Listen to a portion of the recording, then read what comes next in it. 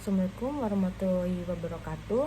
Saya Faradela Putri Yakobus, NIM 200-294 dari Fair and Safety C20. Di sini saya akan mempresentasikan UAS pengelolaan pencemaran industri. Untuk pertanyaan yang pertama, apa yang dimaksud dengan pengelolaan limbah B3? Jelaskan. Jadi, pengelolaan limbah B3 adalah kegiatan yang meliputi pengurangan, pengumpulan, pengangkutan, pemanfaatan, pengelolaan, dan atau penimbunan. Soal nomor 2, sebutkan dan jelaskan karakteristik dan kategori limbah B3. Jadi, pertama itu ada mudah meledak. Mudah meledak itu limbah yang meledak atau eksplosif adalah limbah yang saat suhu dan tekanan standar dapat meledak. Setelah itu, mudah menyala. Mudah menyala atau flammable, limbah ini adalah sampah yang berbahaya yang mudah terbakar karena kontak dengan udara, nyala api, atau bahan lainnya. Terus ada reaktif, limbah yang pada keadaan normal tidak stabil dapat mengerjakan perubahan tanpa peledak. Setelah itu ada infisius, salah satu kategori limbah B3 berasal dari kegiatan medis yang dapat menimbulkan infeksi.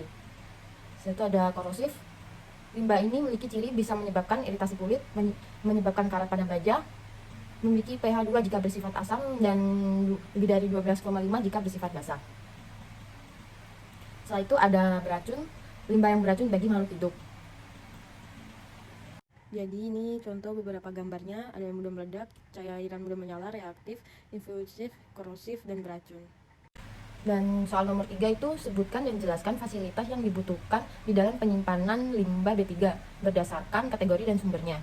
Yang pertama itu ada bangunan, desain dan konstruksi yang mampu melindungi limbah B3 dari hujan dan sinar matahari, memiliki penerangan dan ventilasi, dan memiliki saluran drainase dan bak penampung. Fasilitas ini wajib memenuhi persyaratan sebagai berikut. Dinding gudang penyimpanan harus mudah dilepas sehingga saat terjadi kondisi darurat dapat segera dilakukan tindakan penanggulangan. Dan untuk yang kedua, dinding lantai dan atap dari gudang penyimpanan harus terbuat dari bahan yang tahan panas dan anti korosi. Setelah itu ada tangki atau kontainer digunakan untuk limbah B3 fase cair. Fasilitas ini wajib memenuhi persyaratan sebagai berikut. 1. Dibangun di atas permukaan tanah dengan lantai bersifat kedap air dan tidak bergelombang. 2. Tangki serta sistem penunjangnya terbuat dari bahan yang cocok dengan karakteristik yang disimpan. Dan ketiga, tidak mudah pecah atau bocor. Dan terakhir, keempat, memiliki tanggul atau saluran pembangunan yang berada di sekeliling. Ketiga, tidak mudah pecah atau bocor. Keempat, memiliki tanggul atau saluran pembuangan yang berada di sekeliling tangki yang bergerak ke bak penampungan tumpahan yang mampu menampung tumpahan paling sedikit 110% dari total kapasitas tangki. Kelima, terlindungi dari paparan sinar matahari dan masuknya air hujan secara langsung. Dan keenam, dilengkapi dengan simbol yang sesuai dengan peraturan perundang-undangan. Setelah itu ada silo. Silo digunakan untuk penyimpanan fase padat dengan ukuran butir 0,5 sampai 300 mikrometer. Fasilitas silo ini wajib memenuhi persyaratan sebagai berikut. Dibangun di atas permukaan tanah dengan fondasi yang mampu mendukung ketahanan silo terhadap tekanan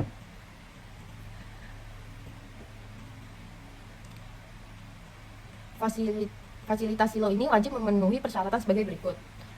Dibangun di atas permukaan tanah dengan fondasi yang mampu mendukung ketahanan silo terhadap tekanan dari atas dan bawah, mampu mencegah kerusakan. Kedua, memiliki tanggul dengan lantai kedap di sekitar pipa input ke silo yang berfungsi untuk menampung saat terjadi ceceran. Dan yang ketiga, dilengkapi dengan simbol yang sesuai dengan peraturan perundang-undangan. Setelah itu ada waste pile. Waste pile atau tumpukan limbah digunakan untuk menyimpan fase padat kategori 2 dari sumber spesifik khusus. Fasilitas ini wajib memenuhi persyaratan sebagai berikut. Memiliki saluran drainase di sekeliling fasilitas yang dirancang untuk mengalirkan air yang berkontak langsung yang disimpan menuju kolam penampung air.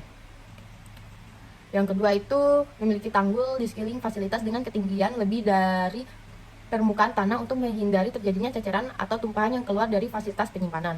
Dan yang ketiga, memiliki sumur pantau air tanah yang dibangun di bagian hulu dan hilir fasilitas dan ditempatkan sesuai dengan pola arah aliran air tanah. Ya, setelah itu ada waste impoundment. Waste importment digunakan untuk menyimpan fase slurry kategori 2 dari sumber spesifik khusus. Waste importment itu wajib memiliki fasilitas atau memenuhi persyaratan sebagai berikut. Memiliki tanggul di sekeliling fasilitas dengan ketinggian lebih dari sama dengan 1 meter dari permukaan tanah untuk menghindari terjadinya luapan. Kedua, memiliki bangunan pelimpah atau spillway untuk mengalirkan air dan disimpan menuju kolam penampungan air.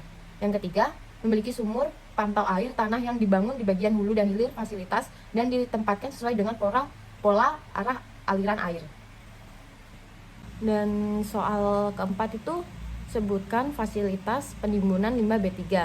Yang pertama ada sumur injeksi, kedua penerapan kembali di area tambang, dan ketiga bandungan penampungan limbah tambang.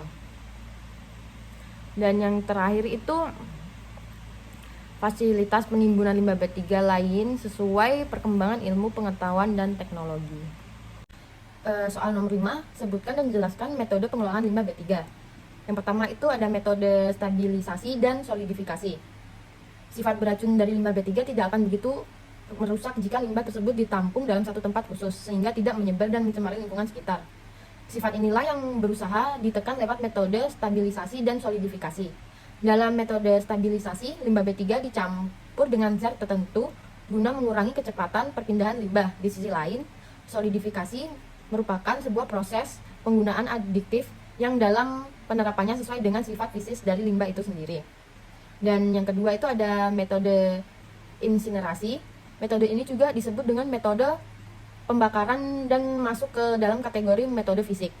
Tujuan dari metode insinerasi sendiri sebenarnya untuk memperkecil volume dan menghancurkan senyawa berbahaya dalam limbah B3. Dengan demikian, daya rusaknya juga semakin kecil. Biasanya metode insinerasi banyak digunakan untuk mengelola limbah medis dan beberapa racun kimia. Meski demikian, penerapannya harus dilakukan dengan tekad jika tidak, gas beracun hasil pembakaran justru bisa mencemari udara. Dan yang ketiga itu ada metode bioremediasi. Metode pengelolaan limbah B3 yang satu ini bisa disebut sebagai metode pengelolaan limbah secara biologis.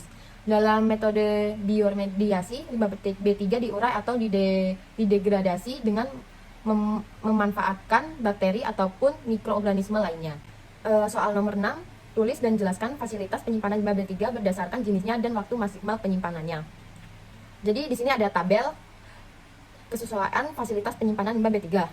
Isinya itu ada fasilitas limbah B3 yang disimpan itu ada kategori 1 dan kategori 2, dan kategori itu mencakup sumber tidak spesifik, spesifik umum, dan spesifik khusus. Untuk fasilitas 1, bangunan itu memenuhi semuanya. Tangki atau kontainer juga. Dan untuk tempat penumpangan limbah B3 atau waste pail, untuk kategori 1 tidak ada, kategori 2 yang sumber tidak spesifik dan spesifik umum juga tidak ada, dan spesifik khusus ada. Waste importment kategori 1 tidak ada, kategori 2 sumber tidak spesifik dan spesifik umum tidak ada, spesifik khusus ada. Dan 6, bentuk lainnya dengan sesuai perkembangan ilmu pengetahuan teknologi. Itu untuk kategori 1 ada, kategori 2 spesifik sumber tidak spesifik, spesifik umum, spesifik khusus juga ada. Soal nomor 7, tuliskan dan jelaskan fasilitas penyimpanan limbah B3 berupa bangunan. Jadi dari tabel di atas terlihat bahwa tempat penyimpanan limbah B3 berupa gedung dapat menyimpan limbah B3 untuk semua kategori limbah B3. 8. Jelaskan waktu penyimpanan limbah B3 berdasarkan kategori limbah B3 dan jumlah limbah B3 yang dihasilkan. Jadi di sini ada kategori limbah B3, waktu penyimpanan, jumlah limbah B3 yang dihasilkan. Untuk kategori 1, 180 hari sejak limbah B3 dihasilkan. Jumlah limbah B3 yang dihasilkan itu 50 kilo per hari. Kategori 2 dari sumber tidak spesifik dan sumber spesifik umum. Waktu penyimpanan 365 hari sejak limbah B3 dihasilkan. Jumlah limbah yang dihasilkan itu 50 kilo per hari. Dan yang terakhir kategori 2 dari sumber spesifik khusus. Untuk waktu penyimpanan 365 hari sejak limbah B3 dihasilkan, dan jumlah limbah B3 yang dihasilkan itu tidak dibatasi. 9. Sebutkan contoh pemanfaatan limbah B3. Di tabel ini ada sumber limbah dan limbah.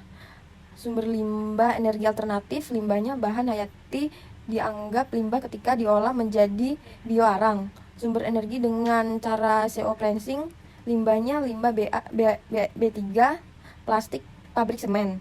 Bahan baku industri batako, limbahnya limbah fly or bottom ice. Bahan baku kertas low grade, limbahnya paper slide.